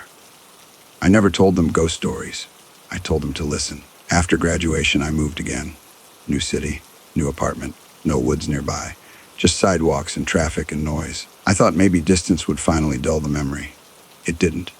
One evening, years later, I ran into Jack by accident. Coffee shop. Rainy afternoon. He looked older. Tired. We talked politely at first. Jobs. Families. Normal things. Then he went quiet. "You ever think about Mabel?" he asked. I nodded. He stared at his cup. "I still hear it sometimes." My stomach dropped. "Hear what?" "The scream," he said. "Not like before. Not loud. Just in the background. Like it's stuck somewhere." I didn't ask where. We sat there in silence for a long time. When we finally stood up to leave, he added, "You did the right thing that day." I didn't say anything. There was nothing to say. That night, I dreamed of the forest again. But it wasn't the same. The trees were taller, the path narrower, and somewhere deep inside, something was waiting. But it wasn't moving. It didn't need to. I woke up before dawn, heart racing, sheets twisted around my legs like restraints. I understood something then that I hadn't before. Some dangers aren't gone just because they've been caught. Some places don't forget. I work now in a field that lets me travel. New neighborhoods, new routes. Every time I arrive somewhere unfamiliar, I walk it. Slowly, intentionally. I learn where the light falls, where sound carries, where it disappears. People think that makes me anxious. It doesn't. It makes me calm. Because I trust that feeling now. Completely. I don't argue with it. I don't rationalize it away. When it says stop, I stop. When it says turn around, I turn around. I don't need to know why. I sometimes wonder what would have happened if I'd ignored it that morning in 5th grade. If I'd taken the shortcut. If I'd been early instead of late. I don't let my mind go too far down that path. Some questions don't have answers. Just warnings. I heard recently that the old forest land is being developed. Apartments, shops, bright signs. People moving in without knowing what once passed between those trees. I hope it stays quiet. I hope the ground has learned to rest. But if it hasn't, if something still listens for hurried footsteps and careless choices, I hope someone else hears that inner alarm in time. Because the world doesn't always shout when it's about to hurt you. Sometimes it just waits. And the only thing standing between you and the dark is whether you listen when your body tells you to take the long way home. Story number 7. It was a Saturday afternoon in 1965, and the sun was shining bright over our small house in a coastal town in California. My dad had given me a few coins to go to the local theater and see the matinee. I was only 7 years old, and I loved movies more than anything. That day, they were showing a film called The Monster of Piedras Blancas. I sat in the front row with my popcorn, and for 90 minutes, I was completely frozen. The monster was a giant, scaly thing that came out of the ocean at night. It had these huge, sharp claws and a face that looked like a nightmare made of fish scales. But the worst part was what it did to people. It didn't just bite them. It ripped their heads clean off. When the movie ended and the lights came up, I felt like my legs were made of jelly. I walked out of the theater and the bright sunlight actually hurt my eyes.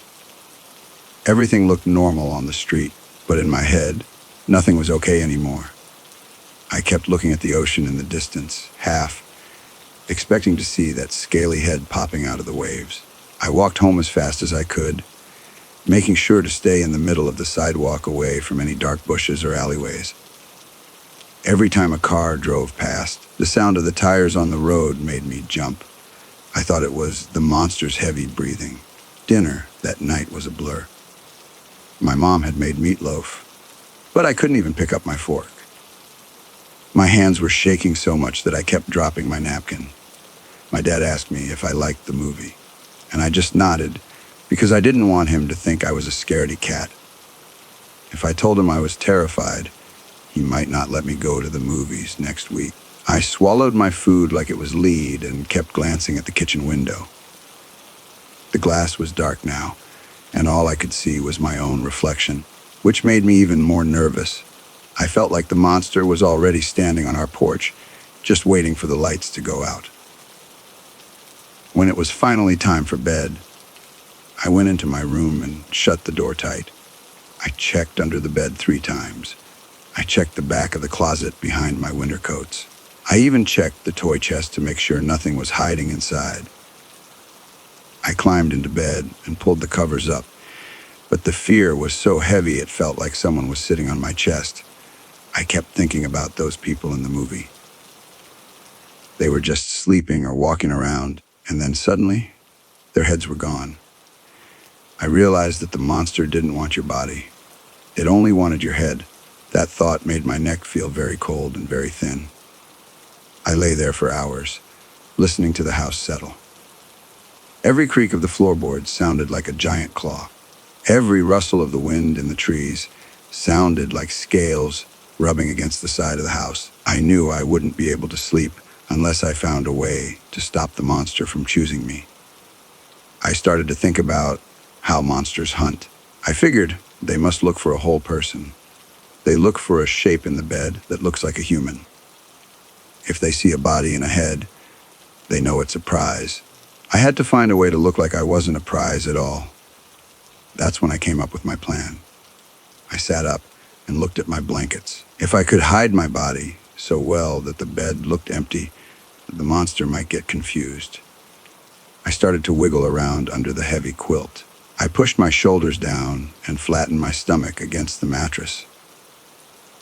I moved my legs until they were spread out thin, making sure the blanket didn't puff up anywhere. I spent a long time smoothing out the quilt with my hands, feeling for any bumps or lumps that looked like a leg or an arm. I wanted the bed to look as flat as a board from the neck down. Then came the most important part of the trick. I moved my head right to the very center of the pillow. I pulled the top edge of the sheet up until it was touching my chin, hiding my neck completely. I stared at the ceiling and imagined what someone would see if they walked into the room. They would see a flat bed with a single head sitting on the pillow. It would look like someone had already been there and taken the body. It would look like I had been decapitated hours ago. In my little boy brain, I thought the monster would see me and think, "Oh, someone already got this one," and then it would just leave. It was a very strange way to lie. It made my back ache, and my neck felt stiff after, just a few minutes. But as I lay there, pretending to be a severed head, I felt a tiny bit of the fear go away. I felt like I was wearing a disguise. I was tricking the scaly beast from the sea. I stayed perfectly still, barely even breathing, watching the shadows on the wall move as cars drove by outside. I told myself that I was safe as long as I didn't move my legs. I had to stay flat. I had to stay dead. Eventually, the exhaustion took over and I fell into a deep, dreamless sleep. I did this the next night too, and the night after that. It became a routine that I couldn't break. Every night, I would go through the process of flattening my body and positioning my head just right. My mom would come in to kiss me goodbye, and she would always look a bit confused. She would ask me why I was lying so straight and why the blankets were so flat. I just told her I was comfortable that way. I couldn't tell her the truth, because then the secret would be out, and maybe the monster would hear us talking. I kept the secret locked tight in my head. I started to get really good at it. I could get the bed perfectly flat in under 2 minutes. I knew exactly where to put my arms and how to tuck my feet so they didn't make a lump. I felt like a professional. I even started to feel a little bit proud of myself, while all the other kids in town were probably lying in their beds shivering with fear. I was safe. I had the answer. I had the decapitation trick. I would fall asleep with a little smile on my face, knowing that the monster of Peter's Blancus would walk right past my window and go to the next house. The weeks went by and I kept doing that same thing every single night. I would crawl into my room around 8 o'clock and go through the whole ritual. I had to make sure the sheets were pulled tight so there were no wrinkles, because even a small wrinkle might look like a toe or a finger to a monster. I would lay there with my eyes wide open, staring at the dark corners of the ceiling. The sounds of the house were loud in my ears. I could hear the refrigerator humming in the kitchen and the sound of my parents talking in low voices in the living room. It felt like I was a soldier on a secret mission. I was the only one who knew about the danger coming from the ocean, and I was the only one who knew how to stay alive. One night, a big storm hit our town. The wind was howling through the trees outside my window, making the branches slap against the glass. It sounded exactly like the claws of the monster trying to get inside. I was terrified. I scrambled into my position, flattening my legs and my stomach as hard as I could against the mattress. I tucked my chin into the sheet and stared at the door. Suddenly, a huge flash of lightning lit up the whole room. For a split second, I saw a shape in the corner near my closet. It looked like a tall, dark figure standing perfectly still. My heart stopped beating for a moment. I closed my eyes and held my breath, trying to look as dead as possible. I stayed like that for what felt like hours. I didn't move a single muscle, even when my legs started to cramp up. I kept telling myself that if I just stayed flat, the figure would think I was already gone. I waited for the sound of a growl or the feeling of a cold hand on my head, but nothing happened. When the next flash of lightning came, I peeked out of one eye. The shape was still there, but as the light faded, I realized it was just my raincoat hanging on the back of the door. I let out a long breath and felt my body relax just a little bit, but I didn't move from my flat position. I knew that just because the raincoat wasn't the monster, it didn't mean the monster wasn't nearby. The next morning, I woke up with a very sore neck.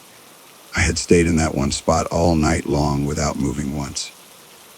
When I got to the breakfast table, my mom looked at me and asked if I was feeling okay.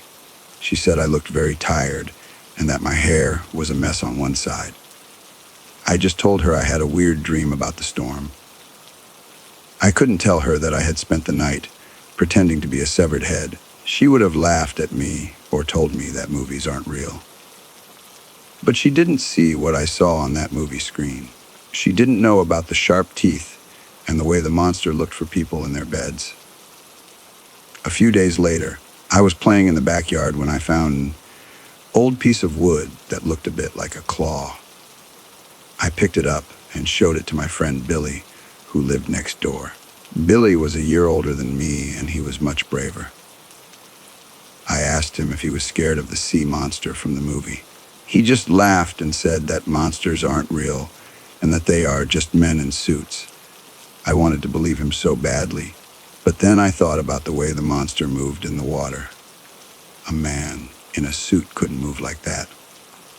I didn't tell Billy about my secret trick. I figured if he wanted to be brave and get caught, that was his business.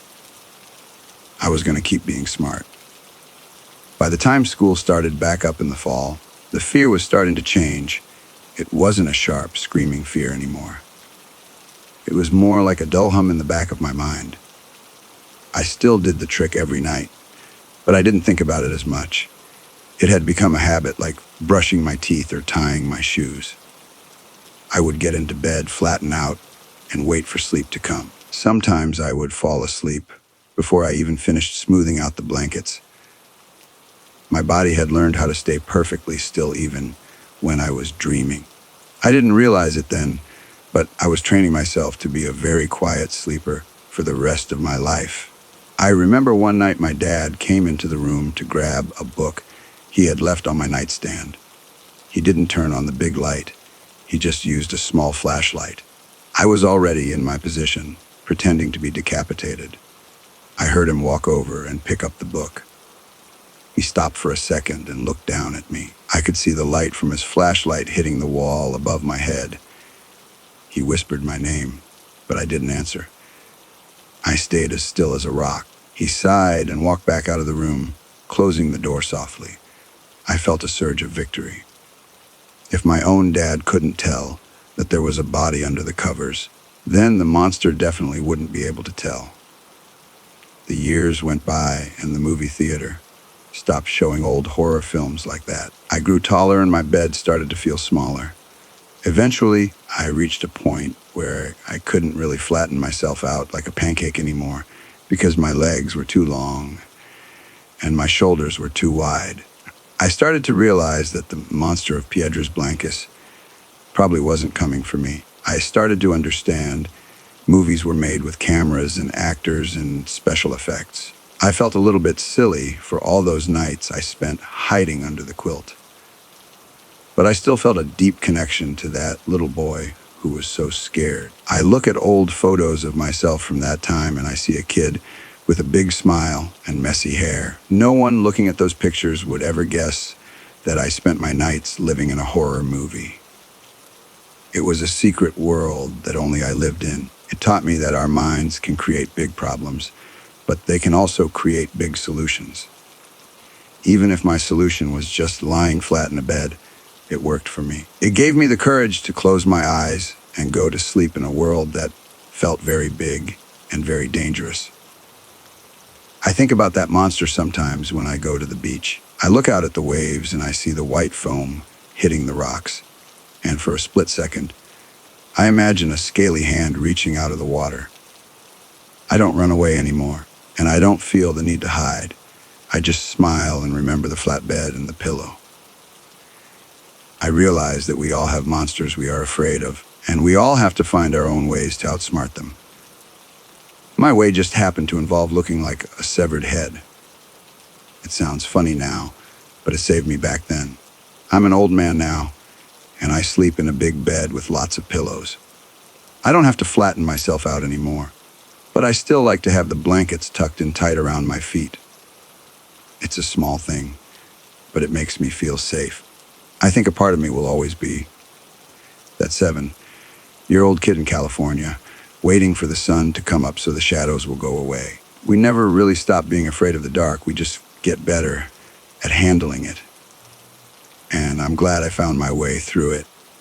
I wonder if that movie is still playing somewhere in the world tonight.